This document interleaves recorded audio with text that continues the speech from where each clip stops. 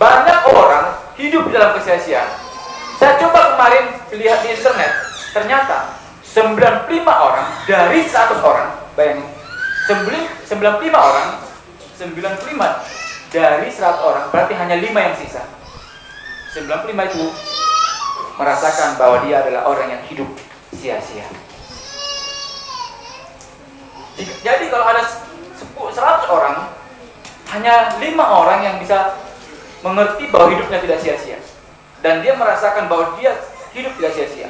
Tetapi 95 lagi adalah orang yang merasa bahwa dia hidup sia-sia. Nah, jadi kalau mau dikatakan nats yang kita bahas hari ini adalah nats yang seharusnya begitu penting. Karena apa? Karena kita tidak mau masuk kepada yang di dalam daftar 95 orang itu, yang hidupnya sia-sia. Tentunya kita tidak mau masuk di situ. Kita mau masuk yang mana? Yang 5 orang yang dari penyelidikan itu bahwa mereka hidup di dalam hidup yang tidak sia-sia. Kalau hidup sia-sia, apa artinya hidup sia? Kalau sia-sia, apa artinya hidup? Ya Bapak Ibu, saudara kasih Tuhan, saya rindu nanti kita pulang dari tempat ini, kita tidak hanya merasakan bahwa Paskah itu hanya sebagai sesuatu rutinitas, sebagai sesuatu yang ya tahun depan bulan April Paskah lagi, tahun depan bulan April lagi, nanti Paskah lagi, begitu ya. Dan saya ingat kalau Paskah itu ya, Paskah ini saya jadi teringat nanti, dan nanti habis ibadah ini juga, selagi saya masih ingat, ya habis nanti ada perayaan, akan ada ibadah sebentar untuk mengingat almarhum Samuel Kasih ya, pendeta Samuel Kasih. Saya masih ingat 2 tahun yang lalu ya, 2 tahun yang lalu saudara atau penginjil Anto meminta saya untuk melayani di sini, dan lalu kemudian pas Paskah ya, pas Paskah itu, lalu kemudian pas tanggal ini juga, tanggal 24 almarhum meninggal ya, 24 April. Jadi kita rindu sebenarnya ada satu hal. Seringkali orang waktu hidup ya itu disia-siakan, tetapi setelah meninggal itu diagung-agungkan. Saya tidak ingin begitu. Saya ingin orang-orang yang hidup pun tetap dihormati, dan orang yang sudah meninggal tetap dihormati. Dan jangan ada kebohongan. Misalnya waktu meninggal ternyata orang itu begitu disia-siakan, tetapi ketika sudah waktu hidup, tapi setelah meninggal dikatakan orang itu diagung-agungkan. Nah, saudara, saya rindu kita sama-sama melihat perspektif tentang Yesus Kristus juga dalam hidup kita. Yesus Kristus sewaktu dia hidup di Israel, di Palestina, dia begitu dihina. Bahkan Bapak Ibu, seharusnya Jumat Agung kemarin, di Jumat Agung kemarin seharusnya kita mengerti mengapa harus jalan salib. Mengapa harus jalan salib yang dipilih oleh Tuhan untuk menebus manusia? Ini harus coba saya tanya, ada nggak di antara kita? Mengapa harus jalan salib yang diambil untuk menebus dosa manusia? Ada nggak yang bisa menjawab? Mengapa harus jalan salib? Mengapa tidak cara lain? Ada yang namanya hukum pancung, ada yang namanya hal-hal yang lain yang bisa dilakukan. Ada yang sepertinya disuntik lalu mati secara perlahan. Tetapi mengapa harus jalan salib yang dipilih untuk kematian daripada Tuhan Yesus Kristus?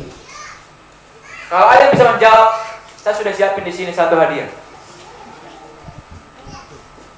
Saya rindu kalian bisa menjawab pertanyaan ini. Mengapa?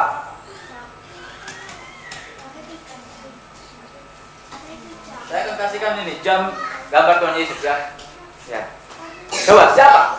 Saya rindu ada orang yang tidak selama ini mengikuti Paskah. Coba silakan.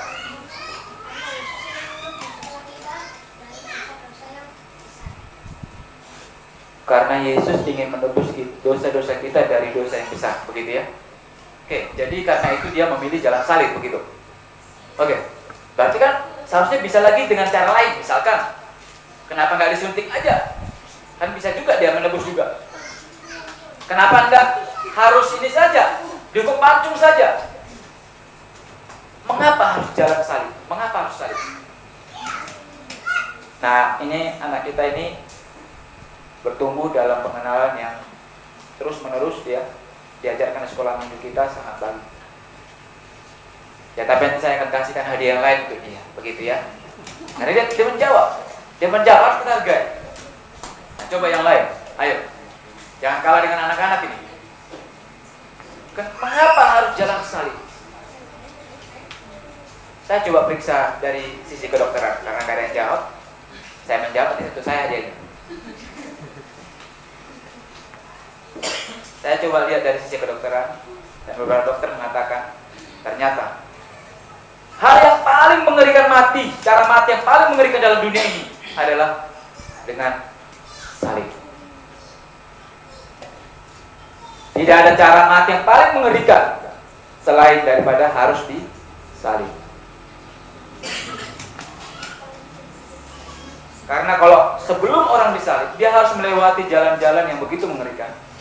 Harus dicambuk lalu kemudian sampai di sana pun, kalau orang disalib, Bapak Ibu, orang dihukum pancung, begitu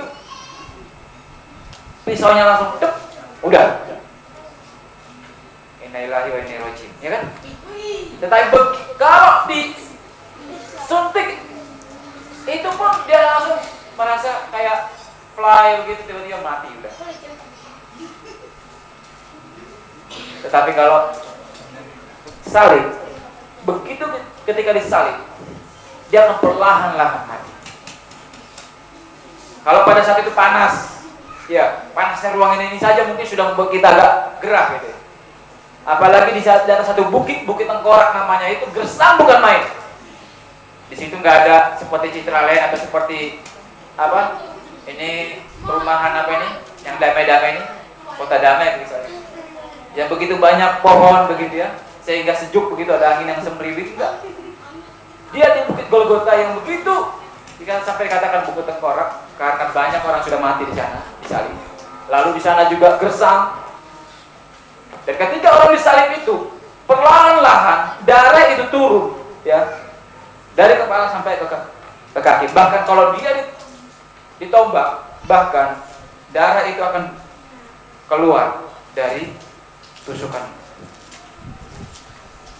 Jadi bukan langsung mati.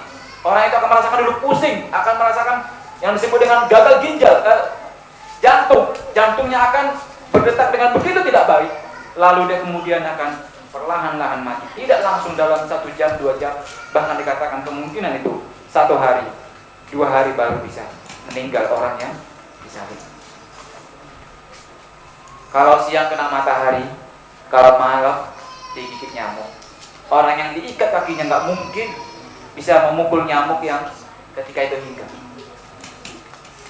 Sekarang ini kita digigit nyamuk aja sudah sangat begitu mengerikan rasanya.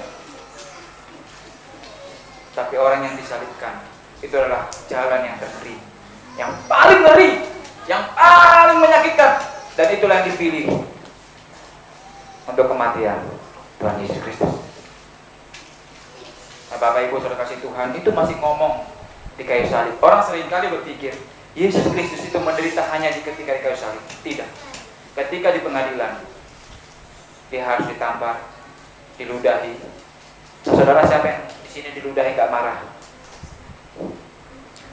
Jangankan diludahi, mungkin diomongin yang nggak enak aja sudah langsung marah. Yesus Kristus, dia bukan orang biasa. Dia pemilik dunia ini. Dia pemilik dunia ini, tetapi harus diludahi. Kita kaya dikit aja, kaya dikit,